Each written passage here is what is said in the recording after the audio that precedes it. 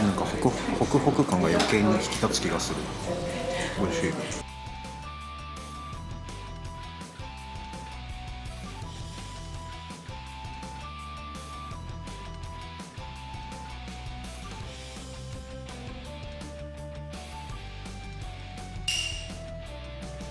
皮目のちょっとした噛み応えと身質は完全ホロホロふわふわでしっとり溶けていく。脂があるから美味しい。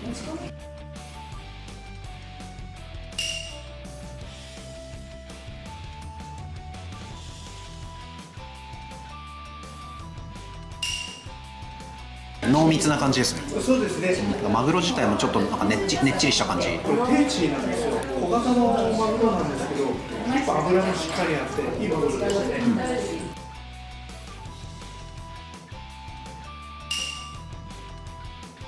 白身熊本のヒラメです。タチウオ長崎五島のタチと赤貝の山口梅ですね。ブリブリ感はあるけどしっとりしてて、1日2日ぐらい寝かせてそう。ジュワッジュワッと脂が染み出てくる。食感が最高。程よいぬめりと香り、さっぱりしてて美味しい。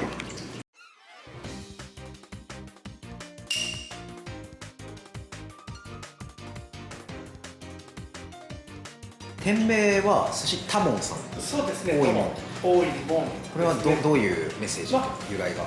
門構えの門だから多くの方にこう、来てほしいっていう思いを込めてつけましたね。なるほど。はい。思いですね、私の。いろんな方に来てほしい、多くの方に来てほしいという思いでつけましたね。海の香りがすごいしますね。味付けはもう本当お出汁はお塩と水だけなんですね、アワビの。凝縮されてる。贅沢すぎるよこれは。北海道の淀風煮と福岡のアワビのお出汁、北と南の交流線がこの一杯に。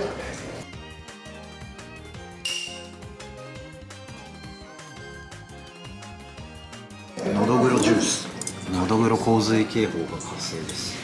これじっくり火入れてるんですか。焼き自体は結構短時間で油がうまい。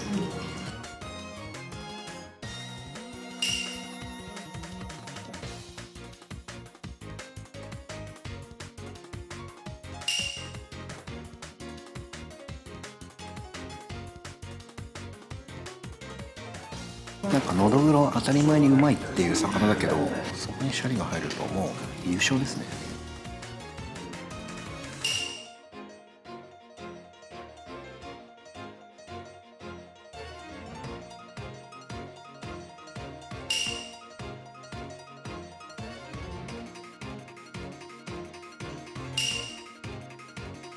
なんと贅沢な茶碗蒸し。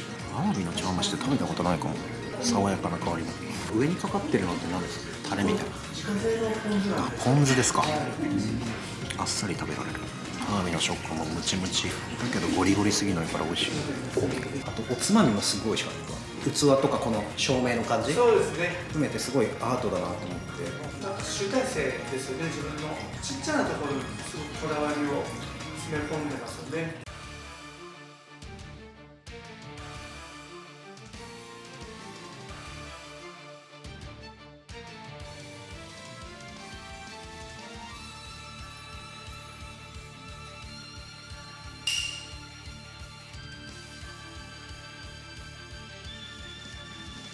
プリッとしてるけどどちらかというとしっとり寄りのシャリと一体化するようにちょっと置いてる。上になんかいろいろつけてたと思うんですけど、もみじおろしと塩は塩も少しかけて、で醤油。すだちを少しかけて。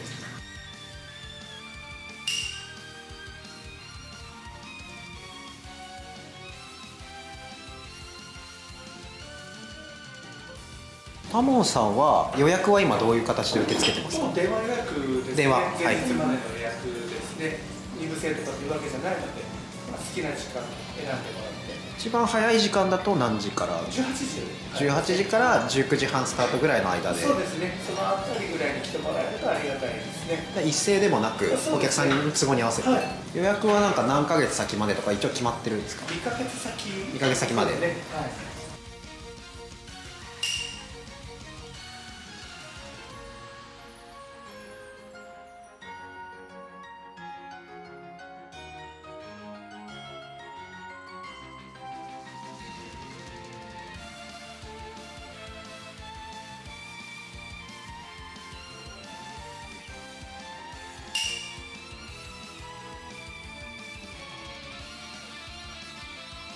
これも少し寝かせですよね。はい。ちょっと置いてます。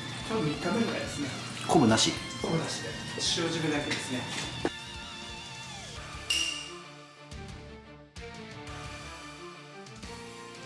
柚子胡椒ですか？柚子胡椒少しだけ。包丁ってどうやって入ってるんですか？鹿の子状ですか？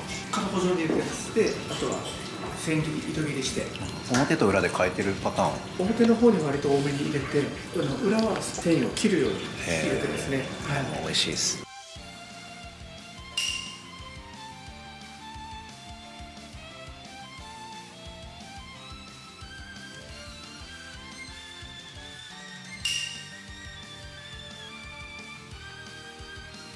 程よいプリプリ感、シャリとの一体感がすごい。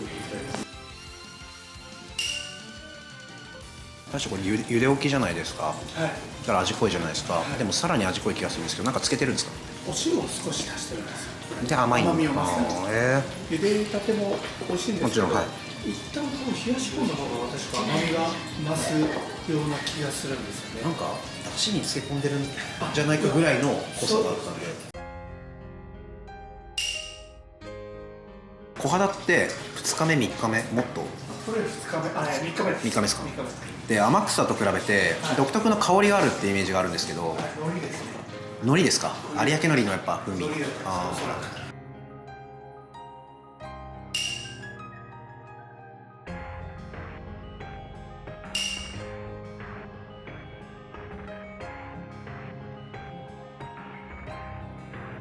今まだ福岡九州の地元のお客さんが多いですか？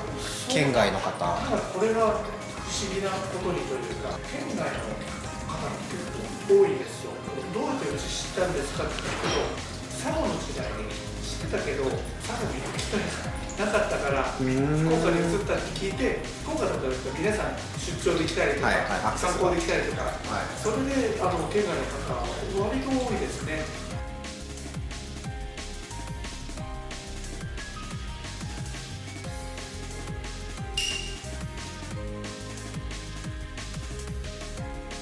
爪がやっぱちょっと蜜系のそうですね。みたらしっぽい感じ。そうですね。割と濃いめの。名古屋はやっぱり大型サイズだから。あ、でかいんですか？この風味は結構ガツンとくると思います。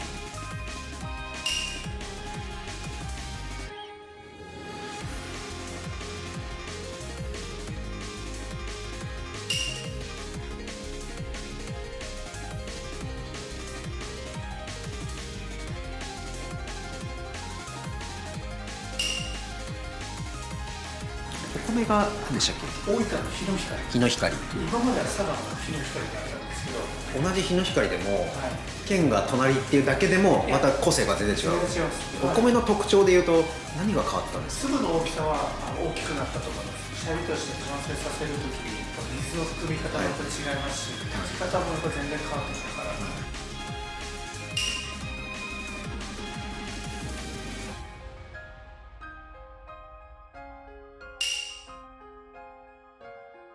うちのパティシエのスタッフです。もうどれぐらい付き合いなんですか？学生で製菓学校に通ってた時にうちに来てくれてて、で一旦就職してまた戻ってきてくれて、あれこれ7年ですね。福岡も本当にいろんな素敵なお店が多い中で、なんかこの広々した感じとか、酢飯、海苔、デザートもそうですし、隅々までなんか本当に抜け目がないっていうか、そうですね。心がこもってるお店なんだなっていうのを感じました。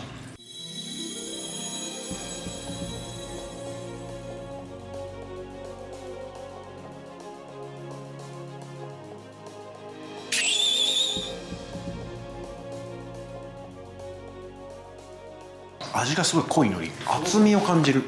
結構相談して作るんですよ、その海苔の厚みを。本当にこう海苔の風味がダイレクトに感じることができるんですよね。でその漁師さんと寿司職人が共同開発っていうか、まあだから好みを伝えます。あちらもこう試作でこう作られてどうだったって聞いて、ちょっと今回のあんまり好きじゃなかったとか、でこの厚みこれぐらいがいいですねっていう。それをこう話していくと、やっぱり好みの海苔を作ってくれるんですよね。大将の好みを簡単に言語化するとどういう海苔になるんですか？歯切れとやっぱり味だと思うんです。味の濃さ。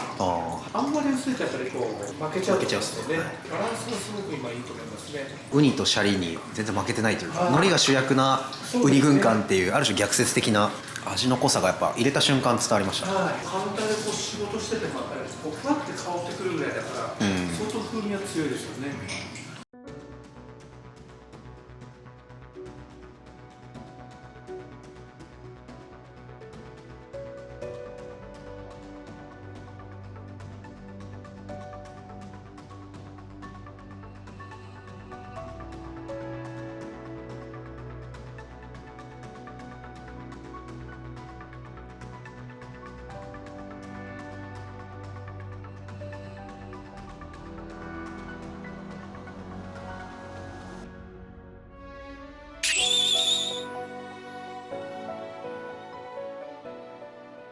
派手さはないですけど、一口のなんていうか広がりがすごい、食べ応えがめちゃくちゃある。久しぶりにオーソドックスというか、米酢のシャリで甜味じゃないですか、酸味もあるじゃないですか、なんか酸でこの海苔が香りで包むみたいな、ちょっとクラシカルですけど、そうですね、味わい深いですね。いや、シンプルイズザベスト。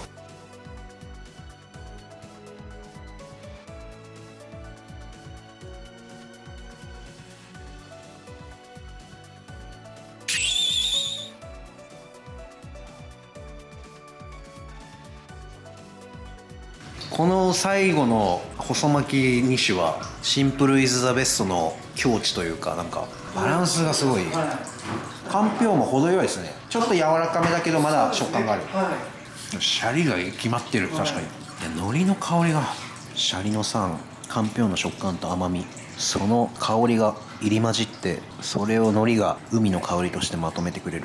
遅くまですごいありがとうございました。ごちそうさまでした。予約の電話の段階から丁寧なお店なんだろうなって印象があって、で実際今日入店してからもなんかその通りで、ネタももちろん自分のも使っていただいてほしかったんですけど、シャリと海苔がまさに土台が今日は印象に残った気がしますね。